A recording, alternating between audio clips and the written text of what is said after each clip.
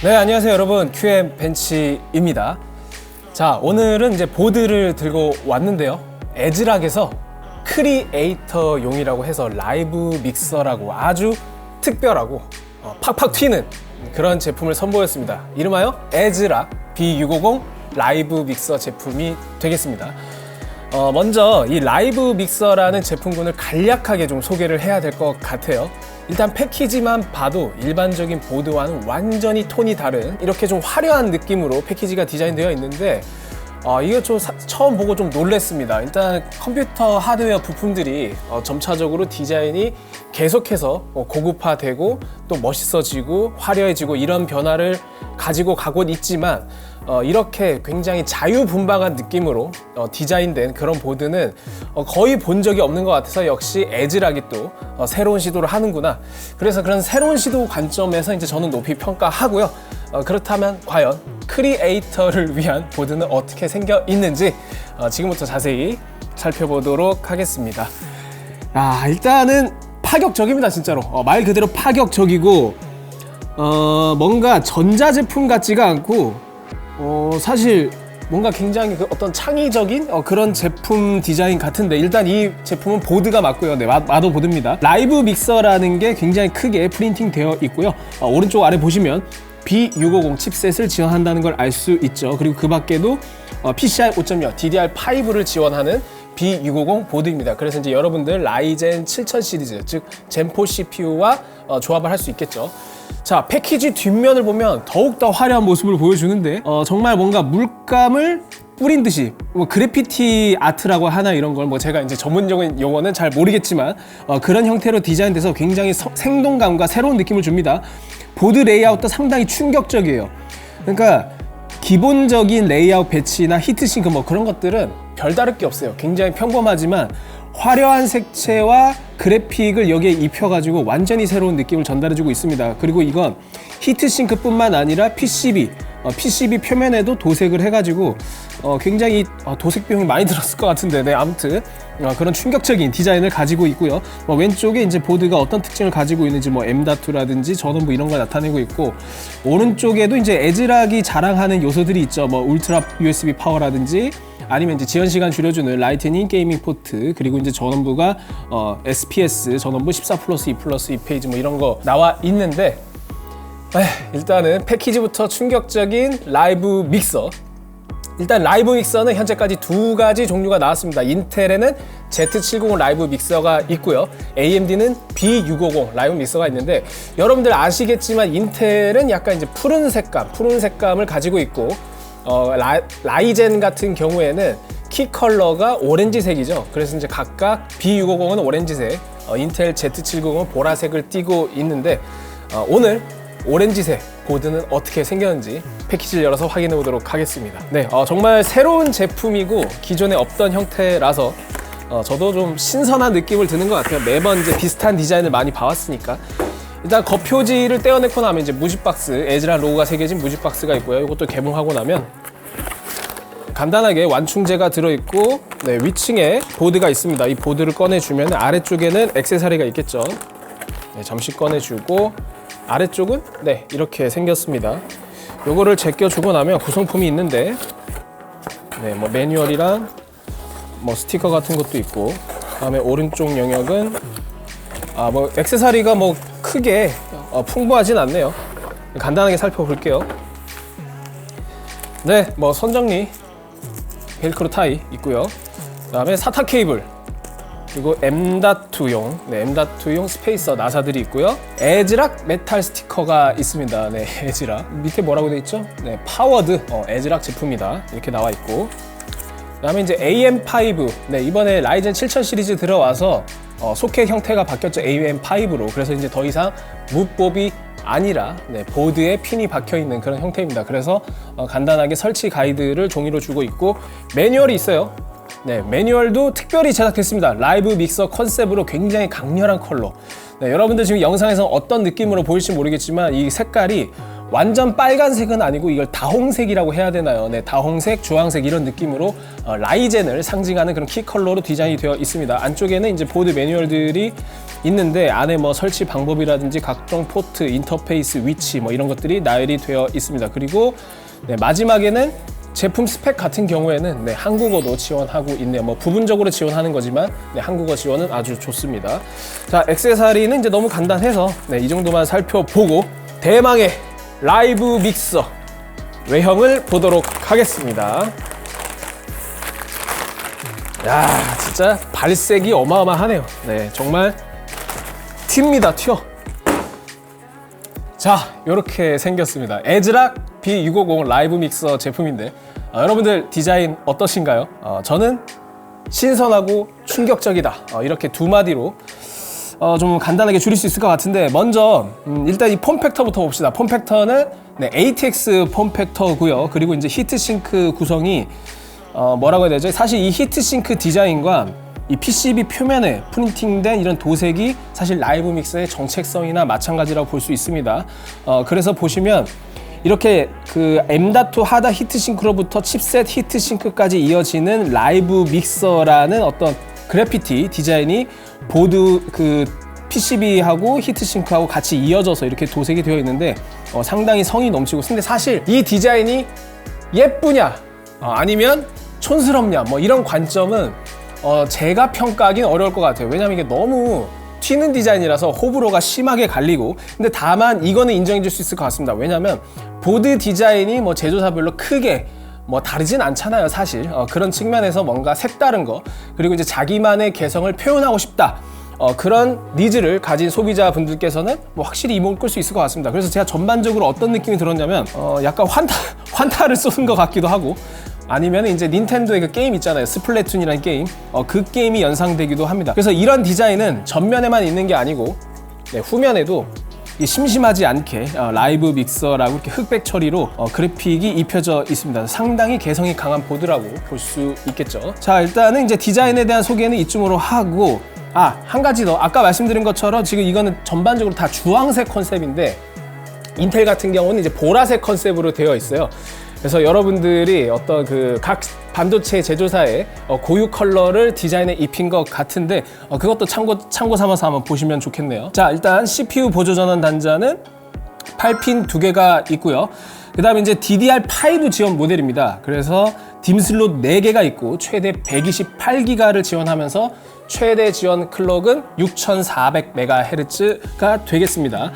그리고 이제 위쪽에는 CPU 펜 단자가 있고, 그 다음에 오른쪽에 5V ARGB 헤더가 있습니다. 24핀 전원 단자 있고요.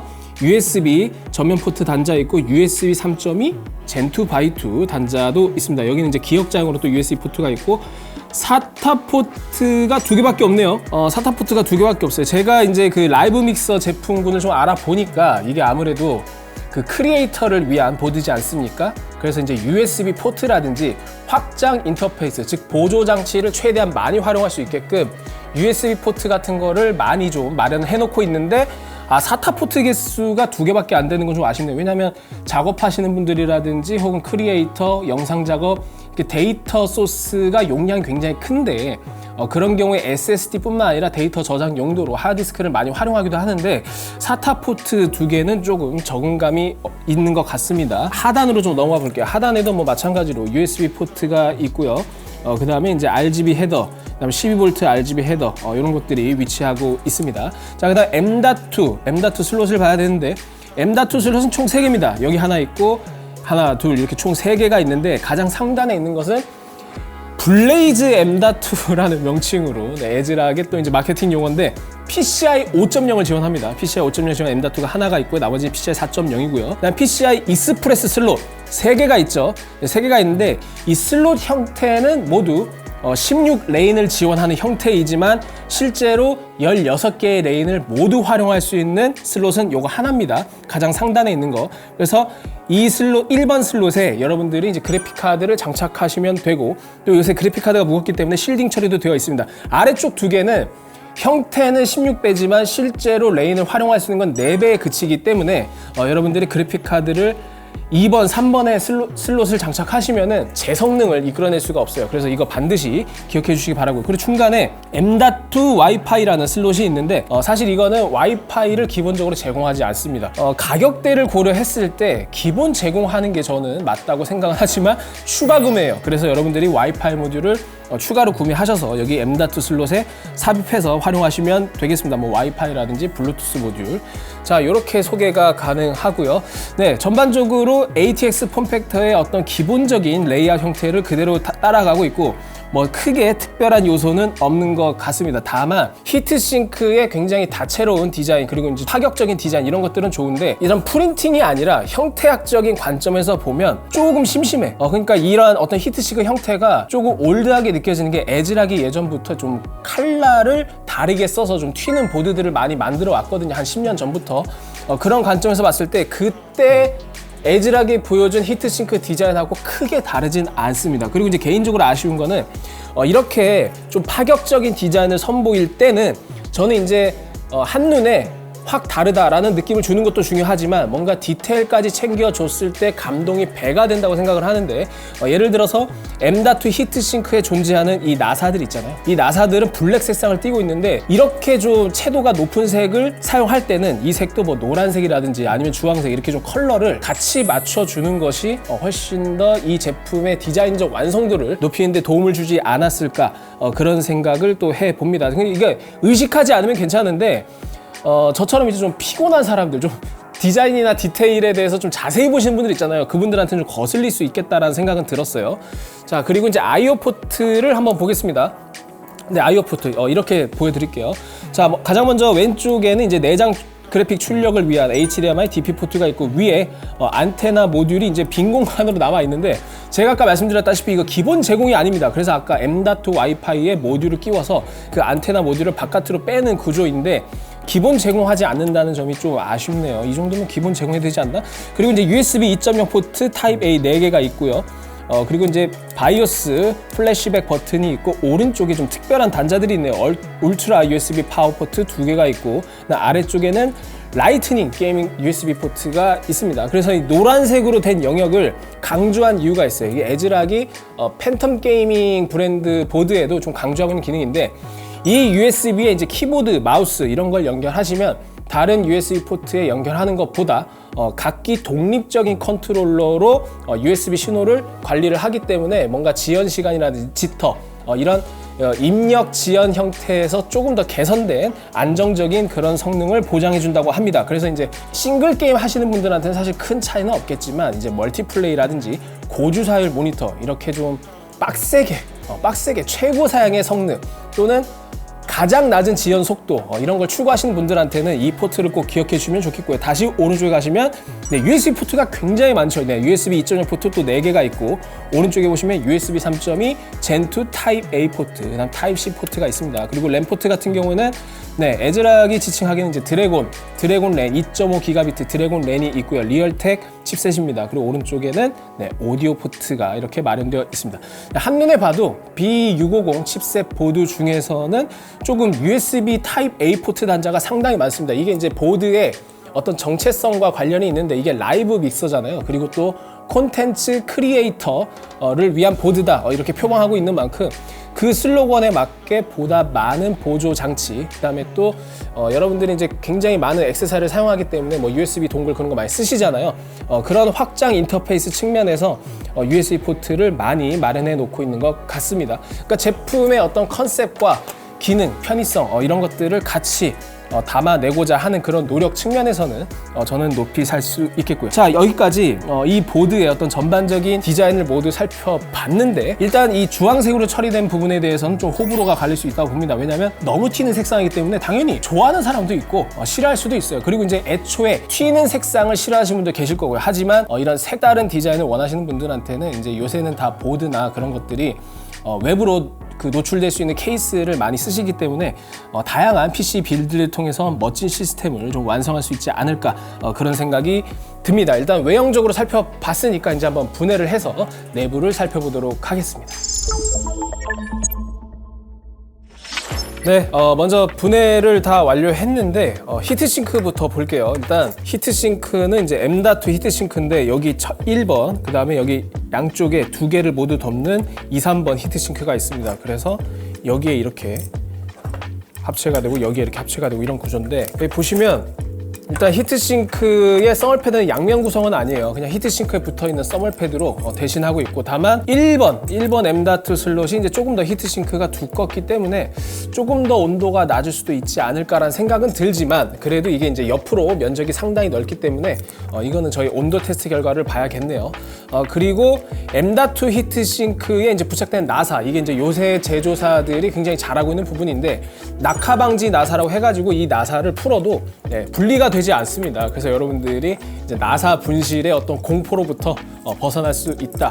그런 특징을 이제 에즈락 보드도 적용을 하고 있고요. 네, 그리고 이제 전원부 히트싱크를 봐야 되는데, 전원부 히트싱크는 이제 서로 히트 파이프로 연결되어 있지 않고 독립형으로 구성이 되어 있어요.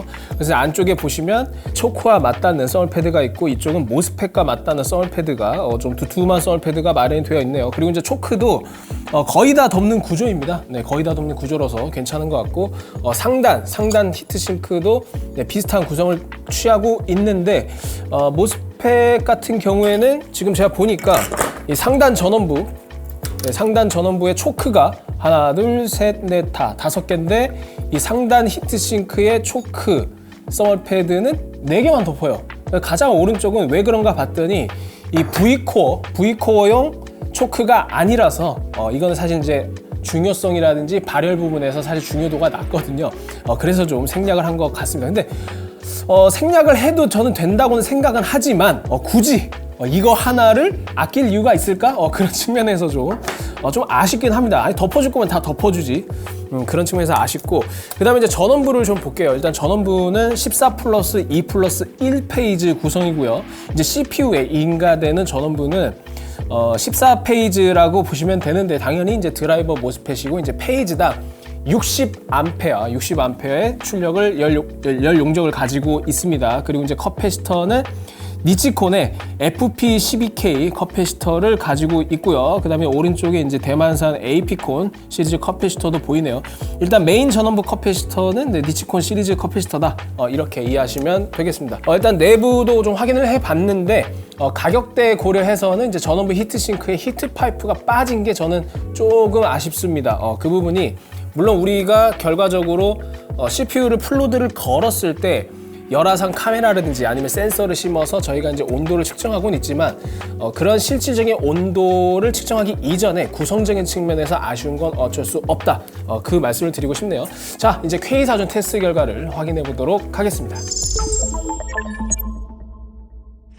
네, 테스트 시스템은 보시는 바와 같습니다. 저희가 이제 최상급 시스템을 좀 꾸며봤는데요. 라이젠 9 7950X에 RTX 4090을 조합했습니다. 네, 지금 CPU 코어 부스트 클럭을 좀 보고 계시는데, 일단 블렌더, 멀티스레드가 모두 구동되는 상황에서는 평균 클럭이 5.1기가를 살짝 넘는 그런 모습을 보여줬네요. 이때 CPU 온도는 약 90도에 가까워집니다. 하지만 이제 게임 구동 시에는 애초에 CPU 자원을 많이 활용하지 못하기 때문에 모든 코어의 평균 클럭은 조금 다소 낮게 나타났어요. 약 5기가 정도로 나타났고, 다만 이제 순간적으로 5.4기가를 초과하는 그런 형태도 나오고 있습니다. 소비 전력 볼게요. 블렌더 구동 시에는 최대한의 전력을 쓰죠. 평균 197, 최대 203W 정도 나오고 있고, 사이버펑크 게임 구동 시에는 평균 90.7, 최대 약 94W 정도를 소모합니다. 네, 전원부 온도 측정입니다. 전원부 온도를 저희가 이제 센서로 먼저 측정을 해봤는데, 각 부의 온도가 조금씩 차이 나긴 하지만 일단 평균적으로 약 45도 정도, 그리고 피크치 온도는 53도 정도를 나타냈고요. 열화상 카메라로도 확인을 해봤는데, 블렌더 구동 시에는 이제 보드 뒷면 최대 65.4도, 게임 구동 시에는 최대 44.8도로 확인이 되었습니다. 각 슬롯별로 M.2 SSD의 이제 컨트롤러 온도를 확인해 봤는데요. 이제 당연히 히트싱크를 설치하지 않았을 때는 굉장히 높은 온도가 나옵니다. 평균 86도, 피크치는 93도로 나왔고요. 그 다음에 이제 슬롯 3개가 있는데, 가장 상단 슬롯은 52.3도, 피크치는 64도로 상당히 준수한 온도를 기록했습니다. 이제 다만 2번, 3번 같은 경우에는 히트싱크를 공유하기 때문에 서로 대동소이한 결과를 보여줬네요. 자, 다음은 이제 부팅 속도 테스트인데 부팅 속도가 상당히 빠릅니다. 에즈락 B650 라이브 믹서 같은 경우에는 대조군 중 가장 빠른 17.2초를 기록했고요. 물론 이제 부팅 속도가 2초, 3초 차이기 때문에 뭐 체감적으로 크지 않을 수 있지만 어쨌든 대조군 대비해서는 확실히 낮은 그런 속도를 보여줬습니다. 네, 지금까지 에즈락 B650 라이브 믹서를 이제 여러 가지 살펴봤죠. 네, 일단 성능부터 얘기를 해봅시다. 일단 성능은 뭐 나쁘지 않았어요. 전원부 온도 같은 경우에도 우리가 이제 7950X를 탑재하고도 상당히 준수한 결과를 보여줬고, 어떤 클럭 유지율이나 그 다음에 M.2 SSD의 히트싱크 능력 이런 것도 양호하게 나타났습니다. 사실 이제 성능적인 부분은 그렇다 치고 이 보드의 이제 가장 큰 특징이라면 디자인과 기능성이라고 볼 수 있겠죠. 정말 한눈에 봐도 파격적인 디자인, 그리고 이제 이 파격이라는 것이 다른 제조사에서는 이제 찾아볼 수 없는 이런 고유의 무기가 될 수 있기 때문에 색다른 보드 디자인을 찾으시는 분들한테는 정말 관심이 갈 만한 그런 제품이 아닌가 싶습니다. 그리고 이제 아무래도 콘텐츠 크리에이터, 뭐 게임 스트리밍, 그 다음에 이제 게임을 하시는 분들, 그런 분들을 대상으로 하다 보니까 보조장치, 보조장치, 확장 인터페이스 구축이 상당히 뛰어난 걸 알 수 있는데, 봐봐요. USB 포트가 정말 많습니다. 후면에 USB 포트가 정말 많고, 그리고 이제 전면 USB 헤더까지 포함하면 총 23개의 USB 포트를 지원한다고 하니까 여러 가지 주변 기기를 많이 쓰시는 분들한테는 확실히 도움이 되는 그런 기능을 가지고 있고, 그 다음에 이제 뭐 요새는 캡처 카드도 많이 쓰기 때문에 그래픽 카드 슬롯 외에도 PCI 4.0 슬롯을 2개 이렇게 X16 형태로 지원한다는 것도 어느 정도 보드 컨셉을 고려한 설계라고 볼 수 있겠죠. 하지만 이제 장점만 있는 건 아닙니다. 이제 개인적으로 이 보드를 따져보면서 아쉬운 점도 분명 있었습니다. 어떤 부분이 아쉬웠냐면, 일단 전반적으로 이렇게 파격적으로 디자인을 한 것은 좋은데 이런 디자인의 완성도, 디테일을 조금만 더 끌어올렸으면 어땠을까? 제가 지적해드린 것처럼 어떤 M.2 히트싱크의 이런 나사라든지 검은색으로 좀 튀거든요. 그리고 이제 딤 슬롯도 좀 다른 색으로 하면 어땠을까? 그러니까 기본적으로 호환되는 어떤 슬롯 외에 히트싱크에만 변화를 준 것 같아서 조금 아쉽다, 그런 생각이 들고, 그리고 이렇게 파격적인 디자인을 할 거면 호불호를 심하게 타기 때문에 조금 더 이제 컬러 관점에서 사용자가 원하는 색상이 다가갈 수 있도록 뭐 커스텀이 가능하다든지, 아니면 뭐 다른 색상으로 바꿀 수 있는 스킨 혹은 뭐 베리에이션 모델 이런 것까지 좀 마련이 되면 훨씬 더 사용자 입장에서는 조금 더 이 제품을 구매할 수 있는 메리트가 증가할 수 있지 않을까, 그런 생각도 들었고, 그 다음에 에즈락 보드 보면은 그 EDP 커넥터가 달려나오는 모델들이 꽤 있거든요. 그런 EDP 커넥터가 지원되지 않는다는 것도 좀 아쉽습니다. 왜냐하면 EDP 커넥터를 활용해서 케이스 내부에 이제 디스플레이 장치를 꾸미고 뭐 이런 형태가 가능한데, 이 제품의 컨셉이 조금 자유분방하고 어떤 PC 빌드 측면에서 튜닝 효과를 극대화하는 그런 확장성이라고 고려해봤을 때 EDP를 지원하지 않는 점도 좀 아쉽습니다. 그리고 영상 소스 저장하시는 분들 상당히 대용량의 하드디스크를 많이 쓰시는데 SATA 포트가 2개인 점은 이 제품이 아쉬운 그런 부분도 작용할 수 있을 것 같습니다. 자, 일단 오늘 살펴본 거 B650 라이브 믹서였고요. 이런 형태로 지금 우리가 살펴본 건 주황색이었지만 보라색 형태로 Z790 버전도 있다고 하니까 이런 독특한 보드를 찾으시는 분들은 관심 갖고 한번 살펴보시면 좋을 것 같습니다. 네, 이상 QM 벤치였고요. 또 재밌는 제품 콘텐츠로 찾아오도록 하겠습니다. 여러분 안녕.